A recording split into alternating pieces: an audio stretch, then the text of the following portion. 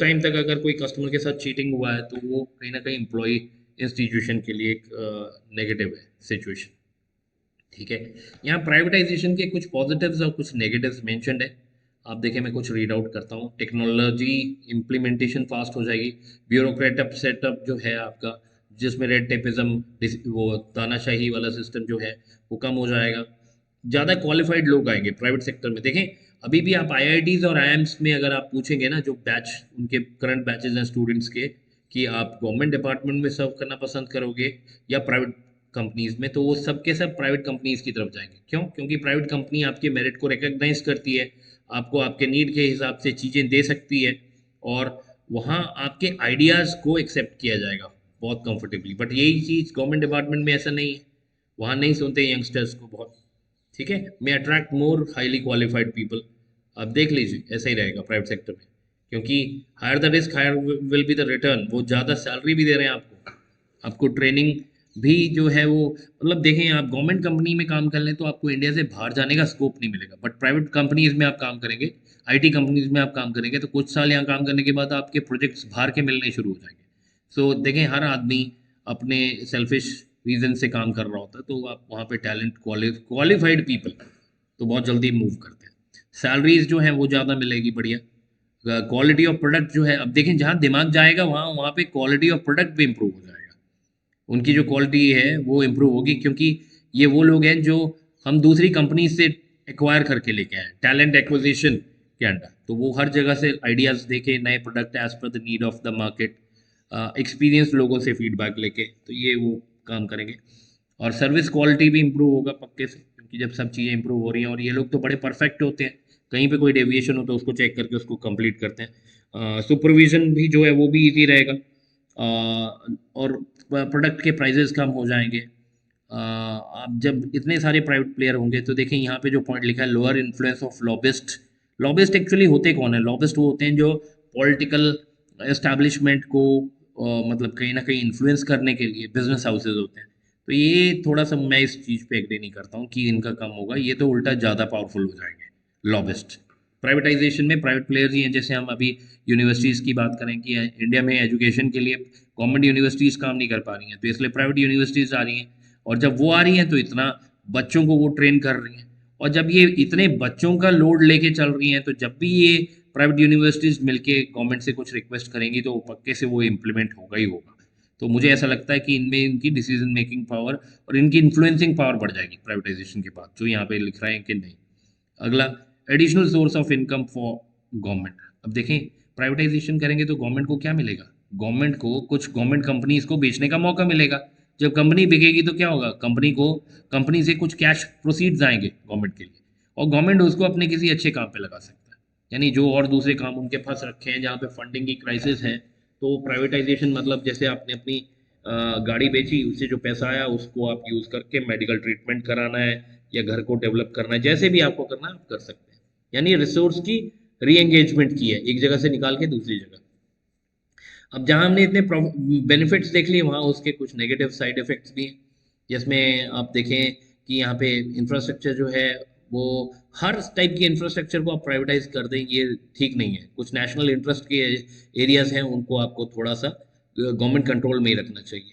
जैसे energy supply है, आप अगर ये भी प्राइवेट सेक्टर को दे दें, और फिर कहीं ये कंपनीज जो हैं वो लेट से पीछे से चाइनीज़ फंडेड कंपनीज हैं या कोई और फॉरेन नेशन से फंडेड कंपनीज हैं, तो यू सी इसमें क्या होगा कि हमारी कंट्री की सिक्योरिटी के लिए they can be a threat. तो इसके लिए जस्ट एन एग्जांपल, ये एक एग्जांपल ही था जहाँ पे उन्होंने कोट किया कि हर चीज़ को प्राइवेटाइज करना ठीक नहीं है। मेडिकल इक्विपमेंट्स में नो लॉन्गर बी गारंटेड। अभी क्या है, आपका जो प्राइवेटाइजेशन है, आप देखें ना, आप कभी गए हैं फोर्टिस और जितने बड़े बड़े हॉस्पिटल्स हैं, वहाँ पे आप देखेंगे कि वहाँ आपके रूम रेंट जो हैं वो हज़ारों में है, लाखों में है। आम आदमी तो उन होटल्स में, 5 स्टार होटल्स में एंटर भी नहीं कर सकता, है ना। आपको एक चीज़ पता है कि आप लेट से आप होटल ताज में जा रहे हैं, लेकिन आप ऑटो रिक्शा पे बैठ के जा रहे हैं, वो आपको एंटर नहीं करने देंगे। Auto rickshaw is not allowed. आप अपनी गाड़ी में आएंगे, कैब में आएंगे, चलेगा, लेकिन आप ऑटो रिक्शा में जाएंगे, इज़ नॉट अलाउड। तो ये प्राइवेट सेक्टर की कुछ साइड इफ़ेक्ट्स है कि कुछ हो सकता है एसेंशियल चीज़ें जो आपके बॉटम ऑफ पिरामिड सेगमेंट में किसी को चाहिए तो वो साइड इफेक्ट्स आएंगे, आप उसको बहुत मदद नहीं कर पाएंगे। एजुकेशन जो है वो देखें कहीं ना कहीं कम होती जाएगी। क्यों? क्योंकि इन्फॉर्मेशन जो है पब्लिक डोमेन में वो बड़ी रिस्ट्रिक्टेड और लिमिटेड होती जाएगी। देखें प्राइवेट प्लेयर हमेशा अच्छी बात तो सर्कुलेशन में जाने देंगे, लेकिन जो नेगेटिव होगी उसको हमेशा कंट्रोल कर लेंगे, कंटेन कर लेंगे। और मीडिया भी आजकल आप देखें बड़ा इन्फ्लुएंसर रहता है, जो पे करता है उसका वो अच्छे से चला देते हैं, जो पे नहीं करता उसका नेगेटिव कर देते हैं। यानी ये भी मीडिया को ही मिस हैंडलिंग कर रहा जा रहा है। तो जैसे वो दिखाते हैं लोगों की परसेप्शन वैसे बनती है, और उस परसेप्शन के बेसिस पे लोग काम कर देते हैं। अब आम आदमी पार्टी ने दिल्ली में क्या किया है, उससे पहले कांग्रेस ने कितना काम किया है, मेट्रो वगैरह लेके आए शीला दीक्षित के टाइम पे। इसी जैसे मीडिया दिखाती है लोग वैसे परसेप्शन पुटअप करते हैं। ठीक है, तो अगर मीडिया न्यूट्रल रहे तो बहुत बढ़िया, बट मीडिया प्राइवेट है और प्राइवेटाइजेशन के अपने साइड इफेक्ट है। कुछ न्यूज़ चैनल बीजेपी के पीछे पड़े रहते हैं, कुछ न्यूज़ चैनल कांग्रेस के पीछे पड़े रहते हैं। तो व्हाट इट इंडिकेट्स कि इनकी अपनी भी, इन मीडिया चैनल्स की जो न्यूट्रल होने चाहिए, उनकी अपनी पॉलिटिकल एफिलिएशंस हैं। ठीक है, और इसमें अगला पॉइंट जो हम देखें वो उसमें ये बता रहा है कि जो हमारे रेगुलेटरी रिस्ट्रिक्शंस हैं उनकी वायबिलिटी बहुत नहीं है जब तक कुछ मैसअप नहीं हो जा रहा। और कहीं ना कहीं बिजनेसेस जो हैं वो बड़े मोनोपोलिस्टिक टाइप के होते हैं। यानी मोनोपोली हो जाएगी तो वो छोड़ते नहीं। जैसे आप जियो का एग्जांपल ले लीजिए, टेलीकॉम सेक्टर में जियो ने कैसे बाकी प्लेयर्स की हालत खराब कर दी। तो मोनोपोली है, आप चाहे जितना मर्जी रोक लीजिए, लेकिन फिर भी वो अपने क्रिएटिव माइंड लगा के कुछ ना कुछ करके ये कुछ लिमिटेड हैंड्स में ही सारी पावर ला के खड़ा कर देते हैं। रिसोर्सेज सारे कुछ ही लोगों में ला के खड़ा कर देते हैं। ठीक है, पब्लिक कंपनीज में be sold to cheap to private players. अब देखें प्राइवेट प्लेयर्स क्या कर सकते हैं वो, देखिए इसमें कोई गलत बात नहीं है। अगर पब्लिक प्लेयर्स कंपनीज को सही से नहीं चला पा रहे हैं तो उनको वो कंपनीज बंद कर देनी चाहिए। तो ये भी वही कर रहे हैं कि उन कंपनीज को बंद करके उनको प्राइवेट प्लेयर्स को बेचने की बात कर रहे हैं। अब उन्होंने सस्ते में भी खरीद लिया, लेकिन जब वो फिर से उसको चलाएंगे देखना वहीं से ही प्रॉफिट निकलेगा। तो पॉइंट क्या है कि आपको वो चीज़ समझनी है, और प्राइवेटाइजेशन से पहले अगर आप समझ सकते हैं तो प्राइवेटाइजेशन की जरूरत ही नहीं है। ये लार्ज स्केल पे इसलिए हो रहा है क्योंकि there is no other way out. Government institution देखो, सारे के सारे ज़्यादातर सभी इंस्टीट्यूशंस लॉसेस में जा रहे हैं। अब लॉसेस में जाने का मतलब क्या है, धीरे धीरे सबके सब प्राइवेटाइजेशन होना। अब रेलवेज जो है पहले वो पूरा गवर्नमेंट था, आज की डेट में देखें रेलवे में केटरिंग जो है वो आईआरसीटीसी के थ्रू हो गया, और उसमें भी प्राइवेट प्लेयर्स को कॉन्ट्रैक्ट मिलते हैं।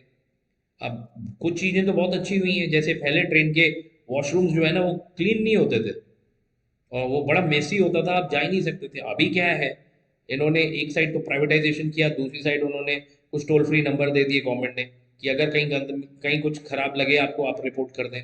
तो मैंने ये खुद बहुत बार सर्विसेज यूज़ की है।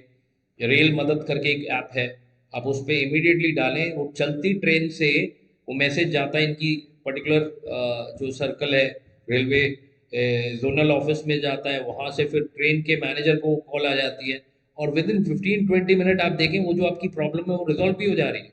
ये प्राइवेटाइजेशन हुई है तो हो पा रही है, लेकिन अगर गवर्नमेंट सेटअप होता तो इनका मैसेज ट्रेन चलती ट्रेन से निकल के ऑफिस तक ही नहीं पहुंच पाना था।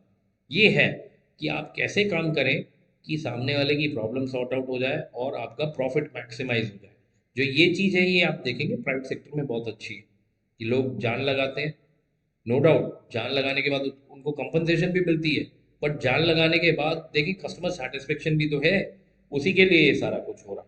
तो आप अगर गवर्नमेंट सेक्टर में ही रहते रहते ये नहीं हो सकती क्या? बिल्कुल हो सकती है, लेकिन वही है, एक बार हम सरकारी दामाद बन जाएं तो फिर हम लोग थोड़ा सा कैजुअल हो जाते हैं, और धीरे धीरे उसी एनवायरनमेंट में चले जाते हैं जहाँ सब लोग शायद निगलेक्ट कर रहे हैं अपने लाइक सही से काम को। मैं इसमें किसी पर्टिकुलर डिपार्टमेंट को क्रिटिसाइज नहीं कर रहा हूँ, बट मैं एक ओवरऑल ह्यूमन टेंडेंसी को बता रहा हूँ कि जहाँ हमें खाना वाना मिलना शुरू हो जाए आराम से, कोई रिस्क फैक्टर नहीं है, हम लोग आराम से मोटे होने शुरू हो जाएंगे। लेकिन जहाँ हमें पता है कि हमारे को डेली के लिए फाइट करनी है, डेली रोटी कमाने के लिए फाइट करनी है, कोई पेंशन नहीं है, कोई प्रोविडेंट फंड नहीं है, टर्मिनेशन होने का खतरा एक गलती पे, तो वहाँ पे हम देखें हमेशा ह्यूमन बींग्स अलर्ट रहेंगे, अच्छे से काम करेंगे। यही रीज़न है जिसकी वजह से प्राइवेट प्लेयर्स बहुत फ्लरिश कर रहे हैं। एचडीएफसी बैंक जो है वो कितना प्रॉफिट निकाल रहा है, जबकि उसके कंपेयर जो state bank of India size wise तो बहुत बड़ा है, लेकिन आप प्रॉफिट देखेंगे तो वो कहीं एचडीएफसी के सामने नहीं आ रहा। तो ये सब वही है या आपके गवर्नमेंट सेक्टर को थोड़ा सा मिसयूज किया जा रहा है बाय देयर ओन एम्प्लॉयज, ठीक है। और इसका भुगतान वो कर भी रहे हैं कि नई रिक्रूटमेंट्स हो नहीं रही हैं, कॉन्ट्रैक्चुअल अपॉइंटमेंट्स हो रही हैं और उनकी अकाउंटेबिलिटी नहीं है बहुत, और जो कुछ लोग बचे हैं उनके ऊपर दो दो तीन तीन स्टाफ मेंबर्स का लोड आ गया। सब साइकिल का पार्ट। चलिए, ये कुछ अब मैं आपको इंश्योरेंस कंपनीज के नाम दिखाने जा रहा हूँ। ये प्राइवेट प्लेयर्स हैं जो इंडिया में ऑपरेट करते हैं। AGN Religare life insurance, Aviva life Insurance company, Bajaj alliance life insurance, भारतीय एक्सा लाइफ इंश्योरेंस, बिरला सन लाइफ। अब देखें इनके नाम में लाइफ इंश्योरेंस मेंशन्ड है। लाइफ इंश्योरेंस का मतलब ये सब लाइफ इंश्योरेंस में ही डील करते हैं। Exide, Edelweiss, DHFL, Canara, HSBC, OBC. देखें तीन बैंक्स ने मिलकर इंश्योरेंस रन कर दी। Canara bank, HSBC, Oriental Bank of Commerce, इन तीनों ने मिलकर एक इंश्योरेंस कंपनी खोल दी। और आपको क्या लगता है कैनरा बैंक में किसकी पॉलिसी बिक रही होगी? अपनी पॉलिसी बेचेंगे जो वो बना रहे हैं, है ना। तो वैसे ही आईसीआईसीआई प्रूडेंशियल का टाइप है, एचडीएफसी स्टैंडर्ड का टाइप है, आईडीबीआई फेडरल का टाइप है, India First Life Insurance company है, Kotak Mahindra, Old Mutual Life Insurance company है। इतनी सारी कंपनीज है। अभी ये जो दूसरी स्लाइड है इसमें जनरल इंश्योरेंस के ऊपर बात की हमने। Agriculture insurance company of India limited है। अब देखें क्रॉप इंश्योरेंस जो है वो हमारे फार्मर्स के लिए बहुत रैशनल, बहुत रेलेवेंट है। ये क्रॉप इंश्योरेंस जो है वो आपके जनरल इंश्योरेंस सेगमेंट में जाता है। ये गवर्नमेंट कंपनी है, agriculture insurance company of India limited जो है वो गवर्नमेंट सेटअप के अंदर है।